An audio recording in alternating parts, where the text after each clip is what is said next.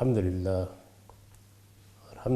رب العالمین والصلاة والسلام علی محمد الامین اعوذ باللہ من الشیطان الرجیم بسم اللہ الرحمن الرحیم۔ خواتین و حضرات، ہم میزان حصہ دوم میں قانون جہاد کا مطالعہ کر رہے ہیں۔ یہ اس حصے کا چھٹا باب ہے۔ جہاد کا حکم کب دیا گیا، یہ کیا حکم تھا، یہ کہاں دیا گیا، اس کی وضاحت ہم کر چکے ہیں۔ میں نے عرض کیا تھا کہ اس حکم کے اندر بہت سی چیزیں زیر بحث آ گئی ہیں۔ ہم اب ان میں سے ایک ایک کو لے کے ان کی وضاحت کریں گے۔ پہلا عنوان ہے ذمہ داری کی نوعیت۔ میں نے لکھا ہے پہلی بات جو ان آیات سے واضح ہوتی ہے وہ یہ ہے کہ ان میں صرف اتنی بات نہیں کہی گئی کہ مسلمان حج بیت اللہ کی راہ میں قریش کی مزاحمت ختم کرنے کے لیے تلوار اٹھا سکتے ہیں۔ اس کی وضاحت میں پچھلی نشست میں بھی کر چکا ہوں کہ یہ نہیں کہا گیا کہ تم جاؤ حج کرو، اگر وہ راہ کھول دیتے ہیں تو امن کے ساتھ واپس آ جاؤ، لیکن اگر وہ مزاحمت کرتے ہیں تو مزاحمت ختم کر کے حج کر لو۔ صرف اتنی بات نہیں کہی گئی۔ پہلی بات جو ان آیات سے واضح ہوتی ہے وہ یہ ہے کہ ان میں صرف اتنی بات نہیں کہی گئی کہ مسلمان حج بیت اللہ کی راہ میں قریش کی مزاحمت ختم کرنے کے لیے تلوار اٹھا سکتے ہیں، بلکہ اس سے آگے بڑھ کر انہیں حکم دیا گیا ہے۔ یعنی یہ بھی نہیں کہا گیا کہ تلوار اٹھا سکتے ہیں، مرضی ہے تو اٹھاؤ، مرضی ہے تو واپس آ جاؤ، یہ بھی نہیں کہا گیا۔ حکم دیا گیا ہے کہ وہ اس مقصد کے لیے تلوار اٹھائیں۔ یعنی یہ دیکھیے، یہ فرق واقع ہوا ہے سورہ حج کے حکم میں اور اس وقت جو حکم دیا جا رہا ہے اس میں۔ ایک چیز ہے جنگ کی اجازت دینا، اور دوسری چیز یہ ہے کہ اب اس کا حکم دے دیا گیا ہے۔ اللہ تعالیٰ فرما رہے ہیں اب تلوار اٹھانی ہے۔ یہ بات اب میں آگے چل کے واضح کروں گا کہ یہ کیوں دیا گیا حکم، بلکہ اس سے آگے بڑھ کر انہیں حکم دیا گیا ہے کہ وہ اس مقصد کے لیے تلوار اٹھائیں اور برابر اٹھائے رکھیں۔ یعنی اس مقصد کے لیے تلوار اٹھائیں اور برابر اٹھائے رکھیں یہاں تک کہ فتنہ باقی نہ رہے۔ پہلی چیز کیا ہے؟ پہلی چیز یہ ہے کہ تلوار اٹھانی ہے، دوسری چیز یہ کہ حج کی راہ کی مزاحمت ختم کر دینی ہے، اور تیسری چیز یہ ہے کہ مزاحمت ختم کر دینے پر بھی تلوار نہیں رکھنی، یہ اس وقت تک اٹھائے رکھنی ہے یہاں تک کہ فتنہ باقی نہ رہے اور سرزمین حرم میں دین صرف اللہ ہی کا ہو جائے۔ اللہ نے اپنے رسول کو مبعوث کیا، اس نے قریش پر اللہ کی حجت تمام کر دی۔ اتمام حجت کے بعد رسول کو وطن چھوڑنا پڑا۔ یہ لوگ بات ماننا تو ایک طرف رہے، قتل کے درپے ہو گئے۔ بہت تھوڑی تعداد میں لوگ آپ کے ساتھ تھے، 250 کے قریب لوگ ہیں جنہوں نے ہجرت کی۔ یہ لوگ مدینہ میں آ گئے، اب یہاں آ کے ایک منظم ریاست قائم ہو گئی، انہیں حکم دیا جا رہا ہے۔ یہ سمجھ لیجئے کہ یہ حکم کن کے خلاف ہے؟ صرف ایک ایسے گروہ کے خلاف نہیں ہے کہ جو حرم کی تولیت سنبھالے ہوئے ہے، اور اب حرم کی تولیت چونکہ اس کے پاس ہے تو حج کی راہ کھولنی ہے، بلکہ یہ وہ گروہ ہے کہ جس پر خدا کے پیغمبر کی طرف سے اللہ کی حجت پوری ہو چکی ہے۔ اس کے بارے میں حکم دیا جا رہا ہے، اس کے مضمرات آگے کھلیں گے۔ یہاں تک کہ فتنہ باقی نہ رہے اور سرزمین حرم میں دین صرف اللہ ہی کا ہو جائے۔ یہ ظاہر ہے کہ ایک بھاری ذمہ داری ہے، اور مسلمانوں کے کسی نظم اجتماعی پر اس کی حربی اور اخلاقی قوت کا لحاظ کیے بغیر نہیں ڈالی جا سکتی۔ یعنی یہ کوئی معمولی ذمہ داری نہیں تھی۔ اگر حج کے لیے راستہ کھولنا ہی ہوتا تو چلیے ایک متعین محدود مقصد کی جنگ ہے، ہو جائے گی۔ آگے بڑھ کر یہ حکم دیا گیا کہ یہ جنگ اس وقت تک جاری رہے گی کہ فتنہ باقی نہ رہے، یعنی اس کا مطلب جانتے ہیں کیا تھا؟ اس کا مطلب یہ تھا کہ وہ گروہ جو پرسیکیوشن کر رہا ہے اس کا خاتمہ ہو جائے، کسی میں اتنی طاقت نہ رہے کہ وہ مذہبی جبر روا رکھے جو قریش نے روا رکھا تھا، پرسیکیوشن کا نام و نشان مٹا دیا جائے، لوگوں کو وہ حقیقی آزادی حاصل ہو جائے کہ وہ جس دین کو چاہیں اختیار کر لیں۔ اور یہی نہیں، اس سے آگے بڑھ کر یہ کہ اس سرزمین میں دین صرف اللہ کا ہو جائے، سرزمین حرم میں کوئی اور دین باقی نہ رہے۔ یہ ظاہر ہے کہ ایک بھاری ذمہ داری ہے، اور مسلمانوں کے کسی نظم اجتماعی پر اس کی حربی اور اخلاقی قوت کا لحاظ کیے بغیر نہیں ڈالی جا سکتی۔ دو لفظ میں نے استعمال کیے، حربی اور اخلاقی قوت، یعنی جنگی طاقت اور اخلاقی لحاظ سے کوئی قوم کس حالت میں ہے۔ ہمارے یہاں لوگ بغیر سوچے سمجھے جہاد فرض ہو گیا۔ اللہ تعالیٰ جب ذمہ داری ڈالتے ہیں تو یہ دیکھ کر ڈالتے ہیں کہ کس پر ڈالی جا رہی ہے، وہ اس کا تحمل بھی کر سکتا ہے کہ نہیں۔ یہ بات اللہ تعالیٰ نے مصائب و شدائد کے بارے میں نہیں کہی کہ لا یکلف اللہ نفسا الا وسعہا، اپنے دین اور اپنی شریعت کی جو ذمہ داری وہ ڈالتے ہیں اس کے بارے میں کہی ہے۔ یعنی میں جب کسی قوم کو کوئی حکم دیتا ہوں، کسی گروہ پر کوئی ذمہ داری ڈالتا ہوں، تو اس ذمہ داری کو میں اس کی وسعت، اس کی طاقت کے لحاظ سے ڈالتا ہوں۔ تو یہاں پر بھی دونوں چیزوں کا لحاظ کر کے یہ ذمہ داری ڈالی ہے، حربی طاقت، اخلاقی قوت۔ چنانچہ سورہ انفال میں قرآن نے وضاحت فرمائی ہے کہ اس کا لحاظ کیا گیا۔ یعنی میں نے پہلے سوال اٹھایا ہے کہ یہ تو نہیں ہو سکتا کہ اتنی بھاری ذمہ داری اور وہ حربی اور اخلاقی قوت کا لحاظ کیے بغیر ڈال دی جائے۔ اب میں یہ کہہ رہا ہوں کہ سورہ انفال میں اللہ تعالیٰ نے اس کو باقاعدہ طریقے سے بیان کیا ہے، اس کا لحاظ کیا گیا، اور مختلف مراحل میں یہ اسی کے لحاظ سے کم یا زیادہ کر دی گئی۔ یعنی کتنی حربی قوت ہے، کتنی اخلاقی طاقت ہے، اس کا لحاظ کر کے یہ کم و بیش بھی کی گئی ہے۔ پہلے مرحلے میں جب مسلمانوں کی جماعت زیادہ تر مہاجرین و انصار کے سابقین اولین پر مشتمل تھی۔ یہ معلوم ہے کہ رسالت مآب صلی اللہ علیہ وسلم پر جو لوگ پہلے ایمان لائے وہ غیر معمولی لوگ تھے، انہوں نے بڑی غیر معمولی مزاحمت کے مقابلے میں ایمان قبول کیا۔ اس وقت کوئی آگے بڑھ کر رسول اللہ صلی اللہ علیہ وسلم کا ساتھ دینے کے لیے تیار نہیں تھا، اس وقت وہ ایمان لائے، مہاجرین میں سے بھی اور انصار میں بھی۔ سابقون اولون یہ رسالت مآب صلی اللہ علیہ وسلم کے ساتھی تھے۔ جب پہلے مرحلے میں مسلمانوں کی جماعت انہی پر مشتمل تھی اور ایمان و اخلاق کے اعتبار سے اس میں کسی نوعیت کا کوئی ذوف نہ تھا، یعنی اجتماعی طور پر وہ ایمانی اور اخلاقی لحاظ سے بھی بڑے بلند مقام پر فائز تھی، وہ 10 کے مقابلے میں 1 کی قوت سے اس ذمہ داری کو پورا کرنے کے پابند تھے۔ یعنی اس وقت اللہ تعالیٰ نے فرمایا، یہ حکم سورہ بقرہ میں دیا گیا۔ انفال میں یہ بتایا ہے، یہ معلوم ہے کہ انفال بدر پر تبصرہ ہے، تو انفال میں یہ بتایا ہے کہ اس وقت یعنی ابتدا میں یہ ذمہ داری کس طاقت کے ساتھ ڈالی گئی تھی۔ یہ 1 اور 10 کی نسبت سے ڈالی گئی تھی۔ یعنی اگر مسلمانوں کے مقابل میں جن لوگوں کے خلاف لڑنے کا حکم دیا گیا ہے وہ 10 گنا طاقت بھی رکھتے ہیں، 10 گنا حربی طاقت بھی رکھتے ہیں، تو مسلمان اس حکم کے پابند ہیں، وہ لڑیں گے اور اللہ کے حکم پر میدان جہاد میں اتریں گے۔ ارشاد فرمایا، یا ایھا النبی حرض المؤمنین علی القتال ان یکم منکم 20 صابرون یغلبوا 200 وَإِن يَكُن مِّنكُم مِّائَةٌ يَغْلِبُوا أَلْفًا مِّنَ الَّذِينَ كَفَرُوا بِأَنَّهُمْ قَوْمٌ لَّا يَفْقَهُونَ۔ اے نبی، اہل ایمان کو جہاد پر ابھارو۔ یعنی یوں نہیں ہے کہ جہاد کی اجازت دی گئی ہے، چاہیں تو کر لیں چاہیں تو نہ کریں۔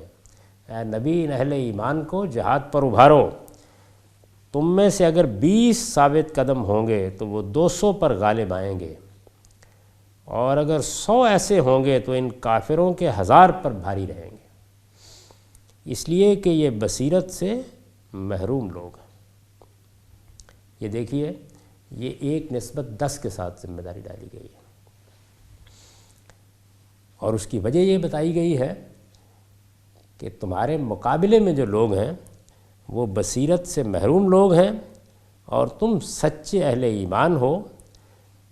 اور سچے اہل ایمان کے ہاں جو صفت خاص طور پر جہاد کے لیے چاہیے وہ صبر و ثبات کی صفت ہے، چنانچہ 20 صابرون کے الفاظ استعمال کیے ہیں۔ استاد امام امین احسن اصلاحی اس بصیرت کی وضاحت میں لکھتے ہیں، یہ جو فرمایا نا کہ بأنہم قوم لا یفقہون، اس لیے کہ یہ بصیرت سے محروم لوگ ہیں۔ استاد امام امین احسن اصلاحی اس بصیرت کی وضاحت میں لکھتے ہیں، یہی بصیرت انسان کا اصل جوہر ہے۔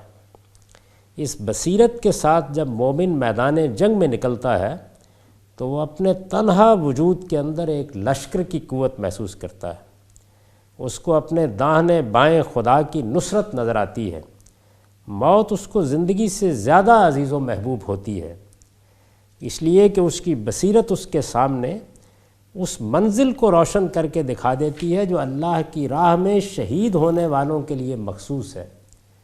یہی بصیرت اس کے اندر وہ صبر و ثبات پیدا کرتی ہے جو اس کو تنہا اس بصیرت سے محروم 10 آدمیوں پر بھاری کر دیتی ہے۔ یعنی اصل چیز یہ ہے، اور اس کے ساتھ پھر خدا کی نصرت۔ تو 1:10 کے ساتھ یہ حکم کیوں دیا گیا؟ اس کی وجہ اہل ایمان کے اندر یہ بصیرت، یہ تفقع، یہ دین کا صحیح فہم اور یہ صبر و ثبات ہے۔ یہی وہ چیز ہے جس کو دور جدید میں ہم مورائل سے تعبیر کرتے ہیں۔ جب کسی لشکر یا کسی گروہ کے اندر یہ چیز ختم ہو جائے تو پھر بڑے بڑے اسلحہ کے ساتھ بھی وہ کچھ نہیں کر سکتا۔ تو ایمان والوں کے ہاں یہ چیز اس جذبے سے پیدا ہوتی ہے، ان کے سامنے یہ منزل ہوتی ہے کہ اگر جیتے رہے تو غازی ہیں، اور اگر رخصت ہو گئے تو شہید ہیں، اور ہم یہ اللہ کے لیے لڑنے نکلے ہیں، اس میں ہمارے پیش نظر کوئی اور محرک نہیں ہے۔ یہ پہلا مرحلہ تھا۔ اس کے بعد نئے لوگ اسلام میں داخل ہوئے۔ اس مرحلے میں مسلمانوں کی تعداد اگرچہ بہت بڑھ گئی، لیکن دین کی بصیرت کے لحاظ سے وہ سابقین اولین کے ہم پایا نہیں رہے۔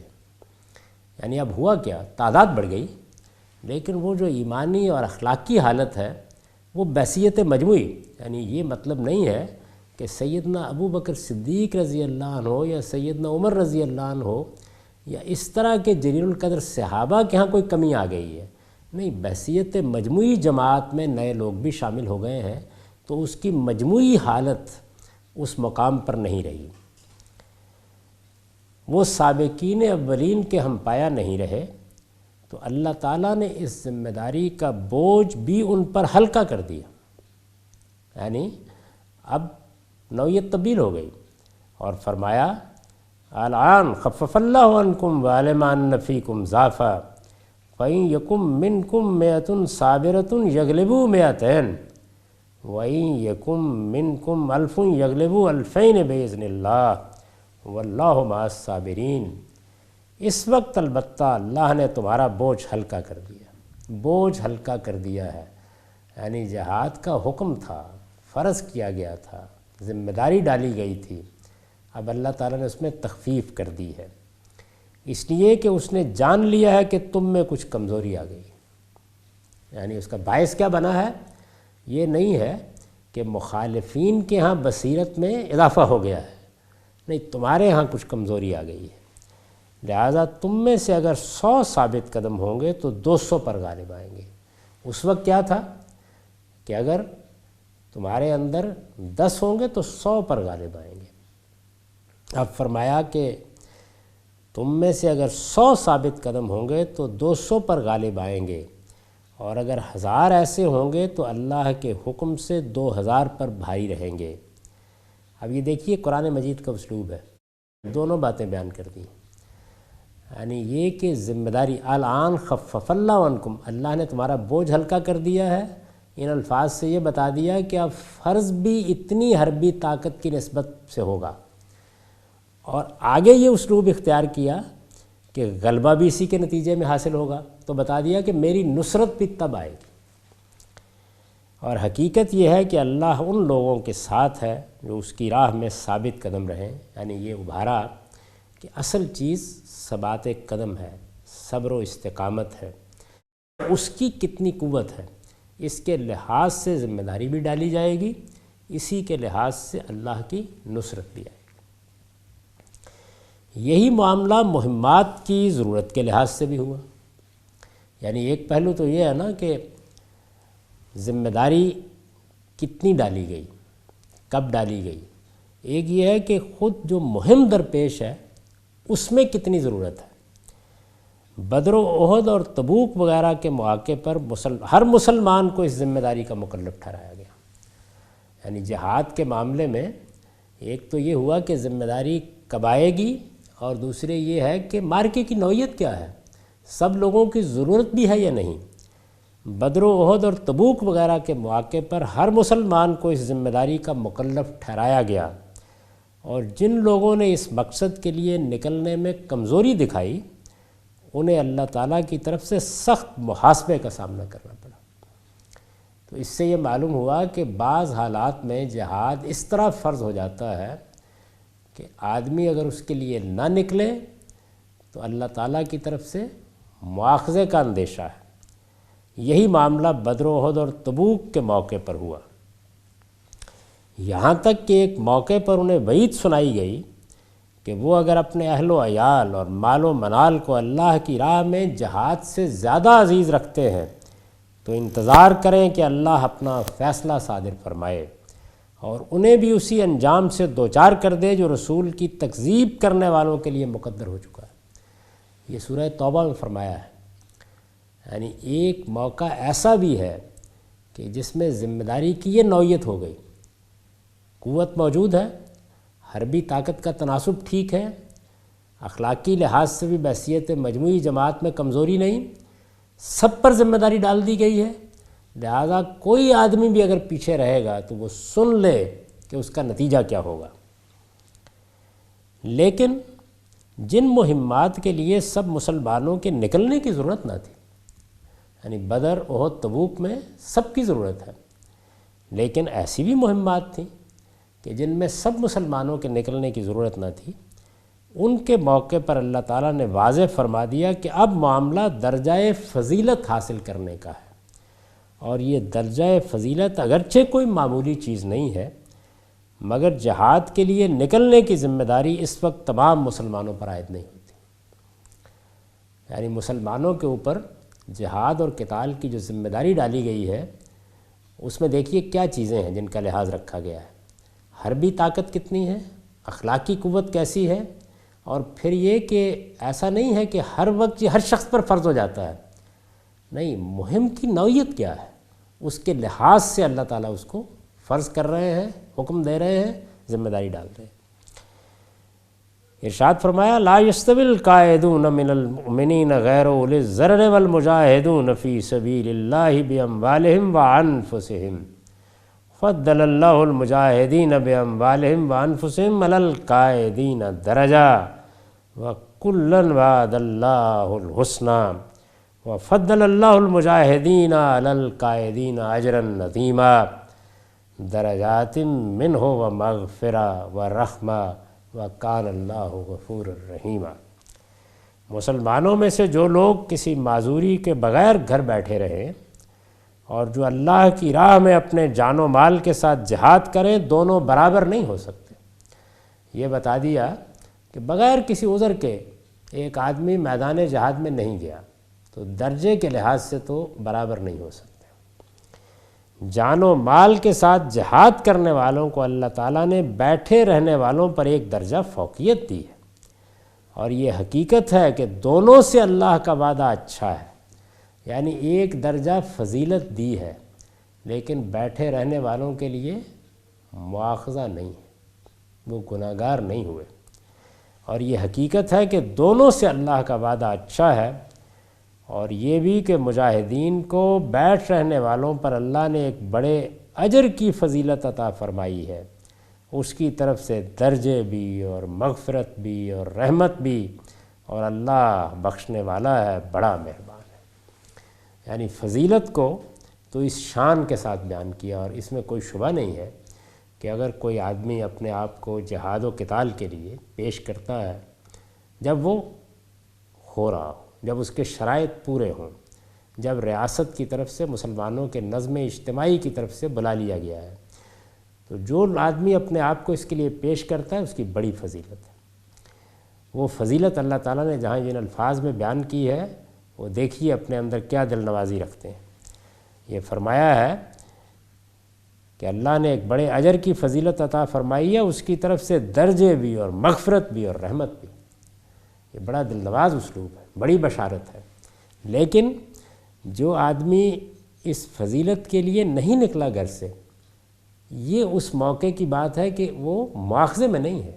ایک موقع وہ تھا کہ یہ فرمایا کہ اگر نہیں نکلو گے تو اسی انجام کو پہنچ جاؤ گے جو منکرین کا انجام ہے۔ اس قدر سخت وعید تھی۔ اب یہ کہا جا رہا ہے کہ دونوں سے اللہ کا وعدہ اچھا ہے۔ تو یہ دو موقعوں کی بات ہے، یعنی ایک وہ جس وقت مہم کی نوعیت ایسی ہے کہ سب کی ضرورت ہے، اور ایک وہ کہ مہم کی نوعیت ایسی ہے کہ سب کی ضرورت نہیں ہے۔ تاہم یہ بات قرآن نے دوسری جگہ پوری صراحت کے ساتھ بتا دی ہے کہ خدا کے حکم پر ایک مرتبہ میدان میں اترنے کے بعد، یعنی جانے کے لیے تو مہمات کے لحاظ سے لوگوں کو اجازت دے دی کہ نہیں جائیں تو ٹھیک ہے، فضیلت سے محروم رہیں گے، لیکن اگر ایک بار جانے کا فیصلہ کر لیا، میدان میں اتر گئے، تو فرمایا کہ میدان میں اترنے کے بعد بزدلی دکھانا اور پیٹھ دکھا کر بھاگ جانا کسی مسلمان کا شیوا نہیں ہو سکتا۔ اللہ تعالیٰ نے اسے اتنا بڑا گناہ قرار دیا ہے کہ اس پر جہنم کی وعید سنائی۔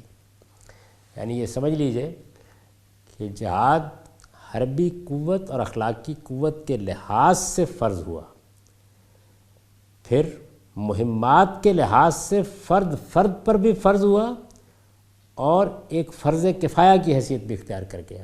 یعنی اگر اس مہم کے لحاظ سے لوگ کافی ہیں تو باقیوں پر ذمہ داری نہیں ہے۔ اب جو لوگ پیچھے رہ گئے یا نہیں گئے، گھر میں بیٹھے رہے، ان کا کوئی مواخذہ نہیں ہے، بلکہ دونوں سے اچھا وعدہ ہے۔ لیکن اگر مہم کی نوعیت ایسی ہے کہ سب کو نکلنا چاہیے، تو پھر فرمایا کہ تمہارے لیے مواخذے کا اندیشہ ہے، اور مواخذے کی سخت وعید سنائی۔ یہ ایک دوسری بات ہے۔ میدان میں آ گئے، اب پیٹھ دکھا کر بھاگے، تو ارشاد ہوا کہ اس کی گنجائش مسلمان کے لیے نہیں ہے۔ وہ اللہ کے لیے اگر میدان جہاد میں اترا ہے تو پھر اس کو سینے ہی پر گولی کھانی ہے، پھر پیٹھ دکھا کر بھاگنے کی کوئی گنجائش نہیں۔ اگر ایسا ہوگا تو جہنم کی وعید ہے۔ سورہ انفال میں ہے، یا ایھا الذین آمنوا اذا لقیتم الذین کفروا زحفا فلا تولوهم الادبار ومن یولہم یومئذ دبرہ الا متحرفا لقتال او متحیزا الی فئۃ فقد باء بغضب من اللہ ومأواہ جہنم وبئس المصیر۔ ایمان والو، جب تم ایک منظم فوج کی صورت میں ان کافروں کے مقابلے میں آؤ تو انہیں پیٹھ نہ دکھاؤ، اور جان لو کہ جس نے اس موقع پر پیٹھ دکھائی، اللہ یہ کہ جنگ کے لیے پینترا بدلنا چاہتا ہو یا اپنی فوج کے کسی دوسرے حصے سے ملنا چاہتا ہو، تو وہ اللہ کا غضب لے کر لوٹا، اور اس کا ٹھکانہ جہنم ہے، اور وہ نہایت برا ٹھکانہ ہے۔ یعنی یہ تو ہو سکتا ہے کہ کسی جنگی حکمت کے تحت پلٹ کر آنے کے لیے، پچھلے مورچے پر جانے کے لیے آدمی پیچھے ہٹا ہے، لیکن بزدلی کی وجہ سے پیچھے ہٹا ہے، جنگ سے بھاگ کھڑا ہوا ہے، تو پھر یہ ناقابل معافی جرم بن جاتا ہے۔ تو اللہ تعالیٰ نے یہ بتایا کہ جنگ کے لیے اگر مہم سب لوگوں کے نکلنے کا تقاضا نہیں کرتی تو حق ہے، چاہیے تو نکلیے، چاہیے تو گھر میں بیٹھے رہیے۔ نکلیں گے تو اللہ کے ہاں بڑی بشارت ہے، فضیلت ہے، درجہ ہے، لیکن اگر ایک بار میدان میں آ گئے تو پھر صبر و ثبات کے ساتھ جان بھی دینی پڑے تو اللہ کی راہ میں بندہ مومن کو دینی چاہیے، پھر بزدلی اور پیٹھ دکھانے کی کوئی گنجائش نہیں ہے۔ تو اس طریقے سے ذمہ داری کی نوعیت کو گویا واضح کیا۔ ان آیات کی تفسیر کی ہے استاذ امام امین احسن اصلاحی نے۔ یہ جو آیات میں نے سورہ انفال کی آپ کے سامنے پڑھی ہیں، یعنی جن میں یہ بتایا گیا ہے کہ اگر اس میدان میں اترو گے تو پھر ثبات قدم کے ساتھ کھڑے رہو گے، پھر بزدلی کے ساتھ بھاگ نہیں سکتے، پھر ہر حال میں استقامت دکھانی ہے، پھر اللہ کی راہ میں نکلے ہو تو یہ سمجھ کر نکلنا ہے کہ یہ اللہ ہی کی راہ ہے اور میں جان دینے کے لیے نکلا ہوں۔ تو وہ اس کی تفسیر میں لکھتے ہیں، اب یہ مسلمانوں کو آئندہ پیش آنے والی جنگوں سے متعلق ہدایت دی جا رہی ہے کہ جب منظم فوج کشی کی شکل میں دشمن سے تمہارا مقابلہ ہو تو پیٹھ نہ دکھانا۔ یہ ہدایت اللہ تعالیٰ کی انہی تائیدات پر مبنی ہے جو اوپر مذکور ہوئی ہیں کہ جن کی پشت پر خدا اور اس کے فرشتے یوں مدد و نصرت کے لیے کھڑے ہوں، ان کے لیے حرام ہے کہ وہ اپنی پیٹھ دشمن کو دکھائیں۔ وَمَن يُوَلِّهِمْ يَوْمَئِذٍ دُبُرًا، ایسی صورت میں جو لوگ دشمن کو پیٹھ دکھائیں گے، فرمایا کہ وہ خدا کا غضب لے کر لوٹیں گے اور ان کا ٹھکانہ جہنم ہے۔ اس سے معلوم ہوا کہ یہ جرم کفر و ارتداد کے برابر ہے۔ اس جرم کی یہ شدت ظاہر ہے کہ اسی بنیاد پر ہے کہ جو شخص میدان جنگ سے بھاگتا ہے وہ اپنی اس بزدلی سے بسا اوقات پوری فوج بلکہ پوری ملت کے لیے ایک شدید خطرہ پیدا کر دیتا ہے۔ الا متحرفا لقتال و متحیز الی فئہ، یعنی اس سے مستثنیٰ وہ شکلیں ہیں جو کوئی سپاہی کسی جنگی تدبیر کے لیے اختیار کرتا ہے، یا کوئی ایسی صورت اس کے سامنے آ گئی ہے کہ وہ اپنے ایک مورچے سے ہٹ کر اپنے ہی کسی دوسرے مورچے کی طرف سمٹنا چاہتا ہے۔ یہ چیز جنگ میں ہوتی ہے۔ مطلب یہ ہے کہ حرام جو چیز ہے وہ فرار کی نوعیت کا پیٹھ دکھانا ہے، وہ پیچھے ہٹنا اس سے مستثنیٰ ہے جو تدبیر جنگ کی نوعیت کا ہو۔ تو اس سے گویا وہ حدود واضح کر دیے ہیں کہ کب آدمی پیچھے ہٹ سکتا ہے، تدبیر کے طور پر ہٹ سکتا ہے، پچھلے مورچے میں جانے کے لیے ہٹ سکتا ہے، اپنے لشکر کو بچانے کے لیے بعض اوقات ریٹریٹ کا یا پیچھے ہٹنے کا حکم دے دیا جاتا ہے، لیکن بزدلی سے فرار ایک بالکل الگ چیز ہے، اس کو ممنوع قرار دے دیا گیا۔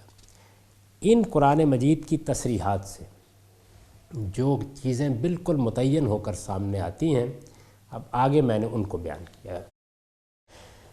قرآن کی ان تصریحات سے یہ تین باتیں بالکل متعین ہو کر سامنے آتی ہیں، یعنی وہ تصریحات جن میں یہ بتایا گیا کہ ذمہ داری کی نوعیت کیا ہے، یہ بتایا گیا کہ مہمات کے لحاظ سے ان میں کیا تبدیلی ہوتی ہے، یا اب یہ بتایا گیا کہ پیٹھ پھیر کر بھاگنے کی کیا صورت ہے کہ جو اللہ کے ہاں مواخذے کا باعث ہو سکتی ہے، اور وہ کیا صورتیں ہیں کہ جن میں مواخذہ نہیں۔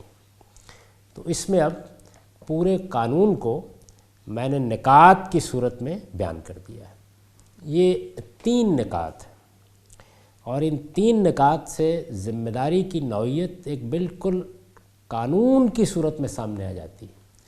یعنی یہ واضح ہو جائے گا، انہی باتوں کا خلاصہ ہے، یہ واضح ہو جائے گا کہ مسلمانوں کے اوپر جو جہاد کی یا قتال کی ذمہ داری ڈالی گئی ہے، یہ ذمہ داری اپنی نوعیت کے لحاظ سے اگر ہم اس کو قاعدے میں لانا چاہیں تو کیسے متعین کر کے بتائی جائے گی، اور انہی تین چیزوں کے اوپر ذمہ داری کی نوعیت کا یہ باب ختم ہو جائے گا۔ ان کی وضاحت اگلی نشست میں ہوگی۔ اس وقت تقاضا کر رہا ہے کہ اس گفتگو کو ختم کر دیا جائے۔ اقول قولی ھذا واستغفر اللہ لی ولکم ولسائر المسلمین۔